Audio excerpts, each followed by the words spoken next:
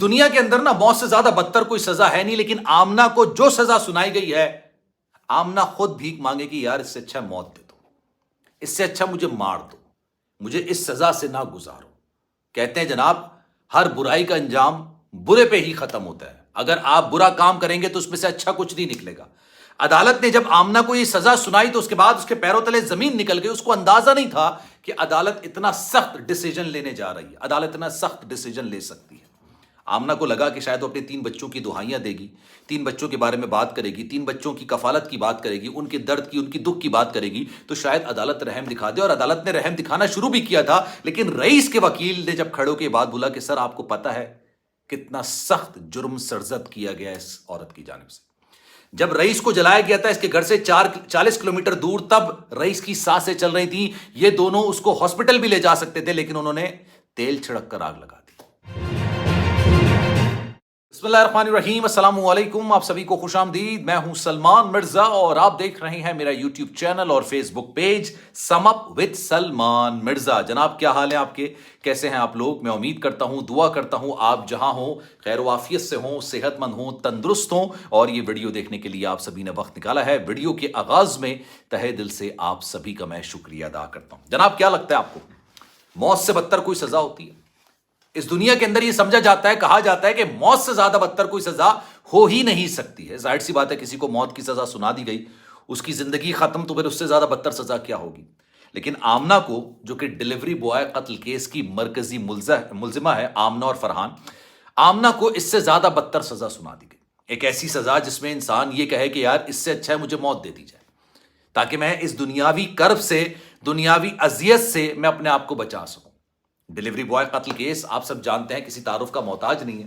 پچھلے سال social media پر کافی زیادہ وائرل یہ کیس ہوا تھا، کیونکہ لوگوں کے سینٹیمنٹس، جذبات اس کیس کے ساتھ جڑ گئے تھے۔ بہت کم کیسز میں نے اپنی زندگی کے اندر دیکھے ہیں جس میں ایک دعا زہرا کا کیس ہے، ایک یہ ڈیلیوری بوائے کا کیس ہے، جس میں عوام کے جذبات، ان کے احساسات اس کیس کے ساتھ جڑ جائیں کہ یار نہیں، یہاں پر ظلم ہوا ہے، مظلوم کو انصاف ملنا چاہیے اور ظالم کو سزا ملنی چاہیے۔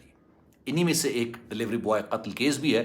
اور آمنہ اپنے 3 بچوں کی دہائیاں لے کے جب عدالت کے اندر گئی تو عدالت میں اس کے ساتھ وہ سلوک کیا گیا کہ یقین جانیے وہ پیروں پر گر گئی، پیروں پر گر کر گڑگڑانے لگی، معافیا مانگنے لگی، لیکن اس کو معاف نہیں کیا گیا، کیونکہ جس طرح کا ظلم، جس طرح کی بربریت اس نے کی، جج صاحب نے جو آمنہ کے وکیل ہیں ان سے انگلش میں بات کرتے ہوئے کہا کہ آپ کو اندازہ ہے کہ آپ کس کی بیل کرانے کے لیے میرے پاس آئے ہیں؟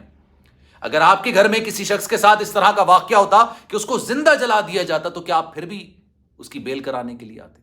ابھی سارا معاملہ ہے کیا، اس پر آج ذرا ڈیٹیل میں بات کریں گے۔ آگے بڑھنے سے پہلے ہمیشہ کی طرح آپ سے ایک درخواست کہ اگر آپ نے چینل سبسکرائب نہیں کیا، سلمان مرزا آفیشل میرے یوٹیوب چینل کو سبسکرائب ضرور کریں، بیل آئیکن ضرور دبائیں۔ کوئی بات اگر آپ کہنا چاہتے ہیں انسٹاگرام پر آپ مجھ سے رابطہ کر سکتے ہیں، salman.mrza، یہ میرا انسٹاگرام اکاؤنٹ ہے، چاہیں تو فالو کر لیں۔ جو آپ میسج کریں گے میری کوشش ہوگی کہ آپ کے میسج کا رپلائی میں ضرور کروں۔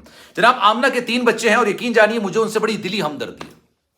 ان بچوں کا اس کیس سے دور دور تک کوئی تعلق نہیں، کوئی قصور نہیں ہے۔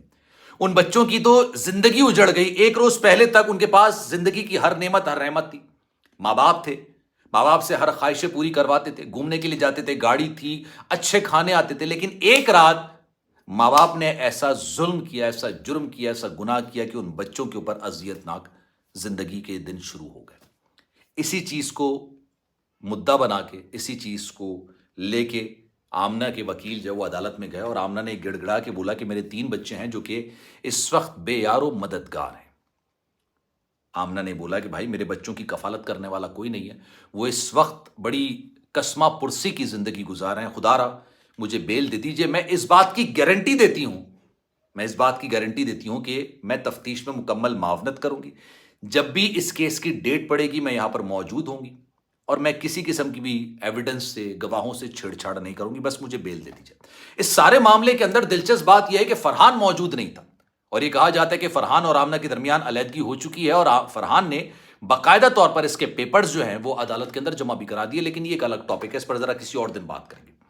جج صاحب نے جناب پیپر اٹھایا، پین اٹھایا، اور اس کے بعد انہوں نے بیل غالباً لکھنا شروع کر دی، لیکن جو رئیس کے گھر والوں کی طرف سے وکیل پیش ہوا تھا اس نے عدالت سے مدبانہ گزارش کرتے ہوئے کہا کہ عدالت، آپ کو اس بات کا علم ہے کہ یہ کتنا بڑا گناہ ہے، کتنا بڑا جرم ہے کیونکہ یہ لاہور ہائی کورٹ تھی، سیشن کورٹ سے اس کی ضمانت ویسے ہی مسترد ہو چکی تھی.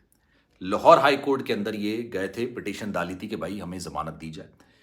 جج صاحب کو یہ کہا گیا کہ سر اس نے ایک زندہ آدمی کو جلایا ہے، اپنے گھر سے 40 کلومیٹر دور لے جا کے. اس وقت اس کی سانسیں چل رہی تھیں، وہ زندہ تھا، وہ اس کو ہاسپٹل بھی لے جا سکتے تھے، لیکن انہوں نے ایک ایسی جگہ کا انتخاب کیا اور وہاں پر جا کے تیل چھڑک کر اس پر آگ لگا دی. جج صاحب نے انویسٹیگیشن آفیسر کی طرف دیکھا، آئیو کی طرف، ان سے پوچھا کہ یار واقعی میں ایسا ہوا؟ اتنا بڑا ظلم، اتنا بڑا جرم؟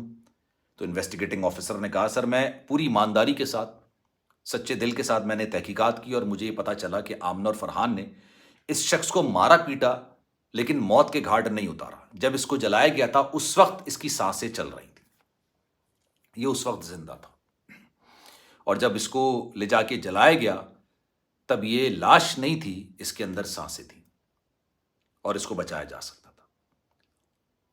عدالت نے پھر آمنہ کے وکیل کو انگلش میں سنانی شروع کی اور کہا کہ اگر آپ کے گھر والوں کے ساتھ اس طرح کا کوئی واقعہ ہوتا، اگر آپ کے گھر والوں کے قریبی لوگوں میں اللہ نہ کرے اس طرح کا واقعہ ہوتا تو آپ اس کی بیل کروانے کے لیے آتے. آپ کس کی بیل کروانے کے لیے آئے؟ آپ کو خود اس بات کا اندازہ ہے یا نہیں ہے؟ یہ بات کہہ کے انہوں نے اس پیپر کو پھاڑ دیا جس پیپر پہ غالباً وہ بیل کا جو آرڈر ہے وہ لکھوانے کے لیے جا رہے تھے. اٹھا کے انہوں نے وہ پیپر پھینک دیا.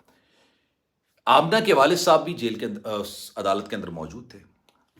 آمنہ کے والد صاحب اس سارے معاملے میں آمنہ کو سپورٹ کر رہے ہیں، لیکن والد ایک شخص کا نام نہیں ہوتا ہے، ہمیں اس بات کو سمجھنا پڑے گا. والد ایک کیفیت کا نام ہے، ایک جذبے کا نام ہے، ایک احساس کا نام ہے، ایک محبت کا نام ہے.